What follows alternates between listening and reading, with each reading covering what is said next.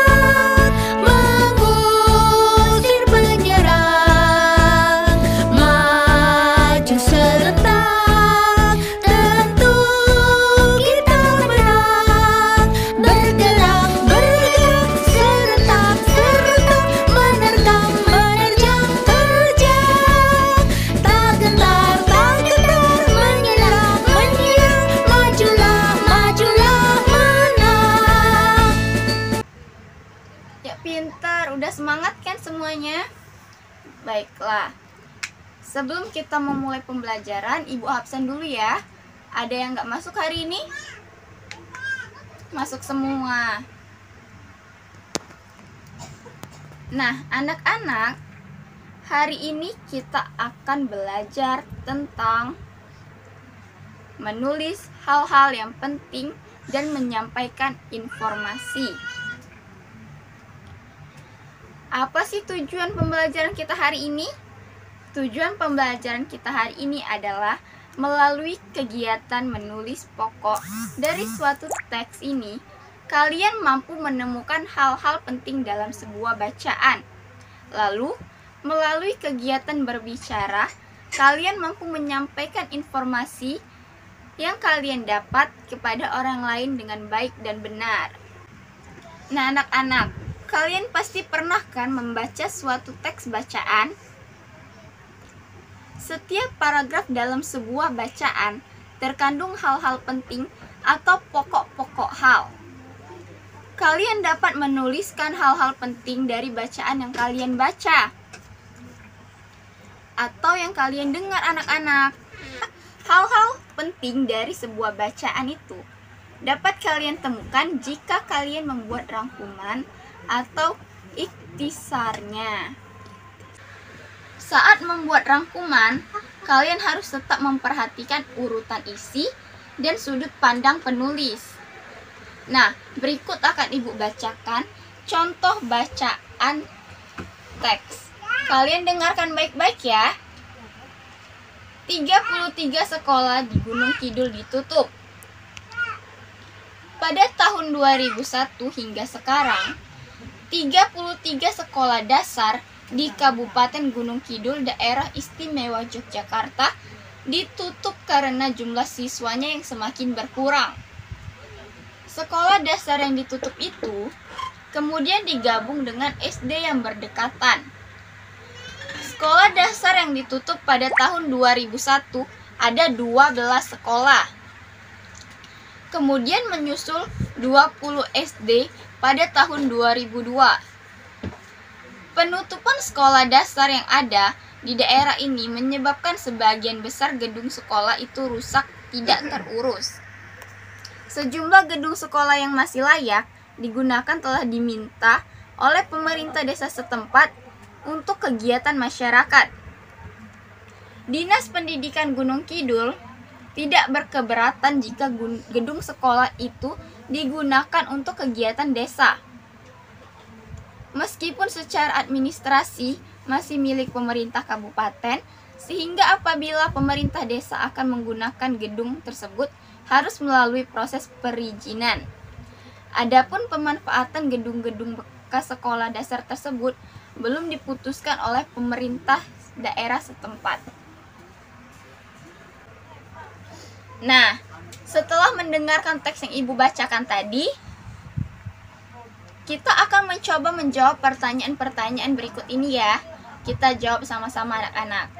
Soal pertama, apa yang terjadi di Kabupaten Gunung Kidul? Ada yang tahu semua? Gua tahu. Ayo, siapa yang tahu? Iya, Gemi pintar. Di Gunung Kidul terjadi peristiwa penutupan sekolah. Lalu soal kedua, mengapa banyak sekolah dasar yang ditutup? Ada yang tahu? Ada. Iya, Alif pintar. Banyak sekolah dasar ditutup karena jumlah siswanya yang berkurang. Kita lanjut ke soal nomor 3 anak-anak. Sejak kapan sekolah dasar tersebut ditutup? Ada yang bisa jawab? Ayo, siapa yang bisa? Angkat tangannya. Ya, Alif silakan. Ya, pinter sekali. Sekolah dasar tersebut ditutup sejak tahun 2001. Nah, kita masuk ke soal keempat anak-anak. Di manakah sekolah dasar yang tidak menerima murid lagi? Ada yang mau jawab? Ayo. Ya, Ica. Pinter Ica. Sekolah dasar yang tidak menerima murid lagi itu terletak di Gunung Kidul. Kasih applause dulu buat teman-teman yang udah jawab tadi. Nah, anak-anak, Ibu akan memberi kalian soal latihan untuk mengukur kemampuan kalian. Apakah kalian sudah bisa atau belum anak-anak ya? Soalnya adalah coba kalian temukan hal-hal penting dari bacaan 33 sekolah dasar di Gunung Kidul ditutup. Kalian buat di buku latihan kalian ya. Sudah selesai anak-anak? Pintar semua. Sudah selesai. Nah, kita akan lanjut ke materi yang berikutnya, yaitu berbicara, menyampaikan informasi. Ada yang tahu apa itu informasi anak-anak? Ya, pintar sekali Ima. Informasi adalah kabar mengenai peristiwa. Informasi itu bisa kalian dapatkan dari koran, majalah, televisi, radio, atau internet dalam bentuk berita. Kenapa internet? Karena zaman sekarang ini sudah zaman canggih anak-anak. Teknologinya sudah berkembang dengan sangat pesat. Bahkan kalian yang masih kelas 6 SD ini, Ibu rasa sudah bisa semua ya memainkan handphone. Lalu, informasi juga bisa kalian dapatkan melalui tuturan lisan seperti pidato, seminar, dan ceramah. Informasi akan dianggap lengkap jika informasi yang disampaikan sesuai dengan informasi yang kalian terima anak-anak. Agar kalian dapat menangkap informasi, kalian harus membaca dengan sungguh-sungguh informasi tersebut. Kalian juga dapat membaca 2 atau 3 kali agar memudahkan kalian dalam memahami informasi tersebut anak-anak. Selain itu, kalian juga dapat mencatat pokok-pokok penting informasi yang kalian simak. Nah, tadi kita sudah belajar kan tentang pokok-pokok penting suatu bacaan. Pembelajaran yang tadi sama yang ini saling berkaitan anak-anak.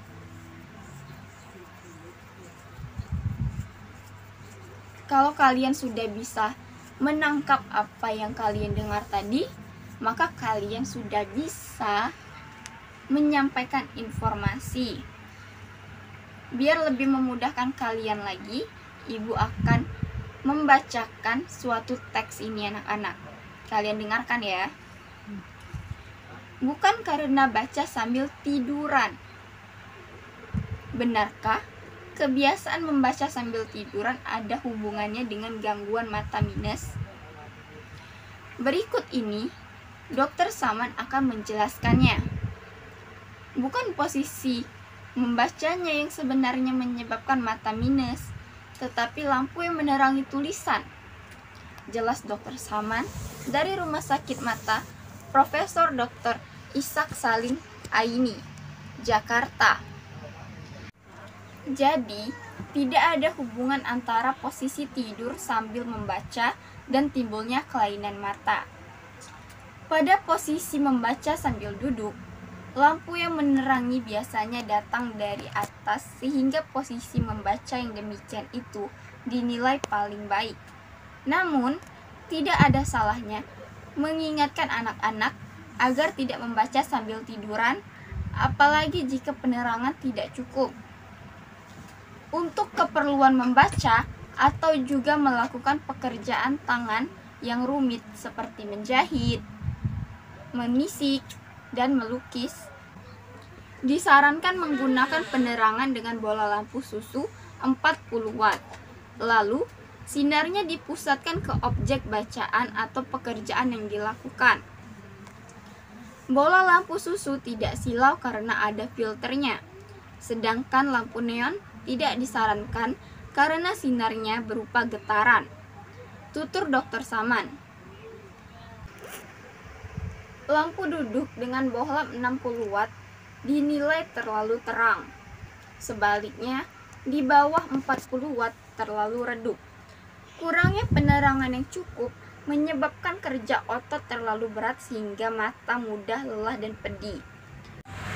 Keadaan ini mempercepat timbulnya kelainan miopia atau rabun jauh yang disebut juga cadok, terutama pada seseorang yang punya bakat rabun jauh. Nah, di sini akan Ibu kasih contoh melengkapi kalimat sesuai dengan informasi yang kalian dengar tadi anak-anak. Kita jawab sama-sama ya. Soal pertama, penyebab mata rusak bukan karena posisi membacanya, melainkan apa? Ada yang bisa jawab? Ya, Rasya pinter. Penyebab mata rusak bukan karena posisi membacanya, tetapi karena lampu yang menerangi tulisan. Lanjut ke soal nomor 2 anak-anak. Posisi membaca yang paling baik yaitu pada posisi membaca sambil, ada yang tahu sambil apa tadi? Sambil apa anak-anak? Iya, Caca pintar. Sambil duduk.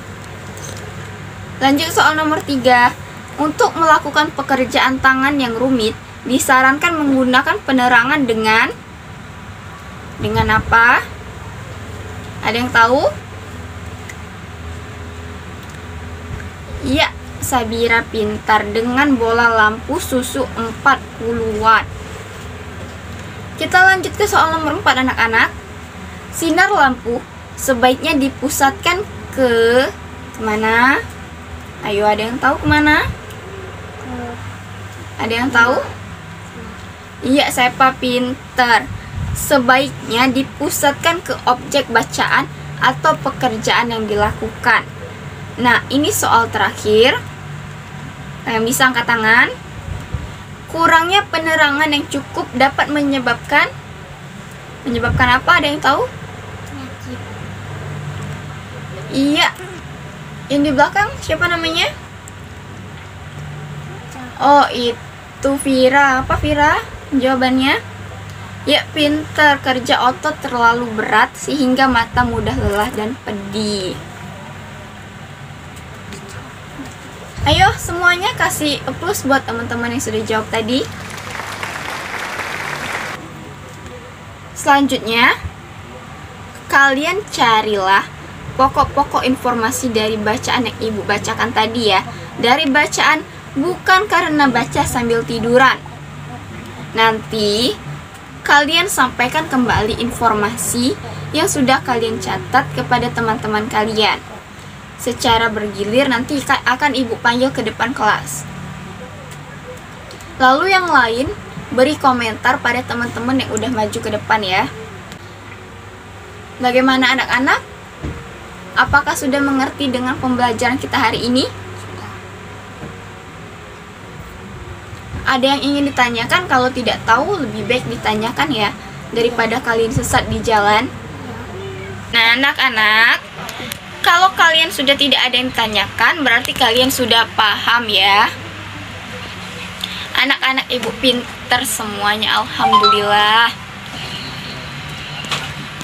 Nah, untuk mengukur kemampuan kalian anak-anak, ibu akan memberikan soal latihan buat kalian kerjakan. Nah, ini soalnya.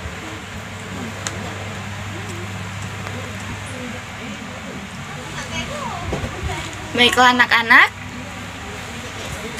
mungkin sampai di sini dulu pembelajaran kita pada hari ini. Semoga apa yang kita pelajari hari ini akan bermanfaat di kemudian hari, amin.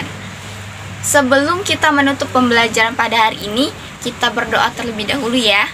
Berdoa, mulai. Bismillahirrahmanirrahim. Allahumma inni istaudi'uka ma'allamtanihi fartudhu ilayya inda hajati wala tasanihi ya Rabbal Alamin. Artinya, ya Allah, sesungguhnya kutitipkan kepadamu apa yang telah Engkau ajarkan kepadaku, maka kembalikanlah dia kepadaku di saat aku membutuhkannya. Janganlah Engkau buat aku lupa kepadanya, wahai Tuhan pemelihara alam. Berdoa selesai. Sampai jumpa anak-anak di pembelajaran selanjutnya. Wassalamualaikum warahmatullahi wabarakatuh.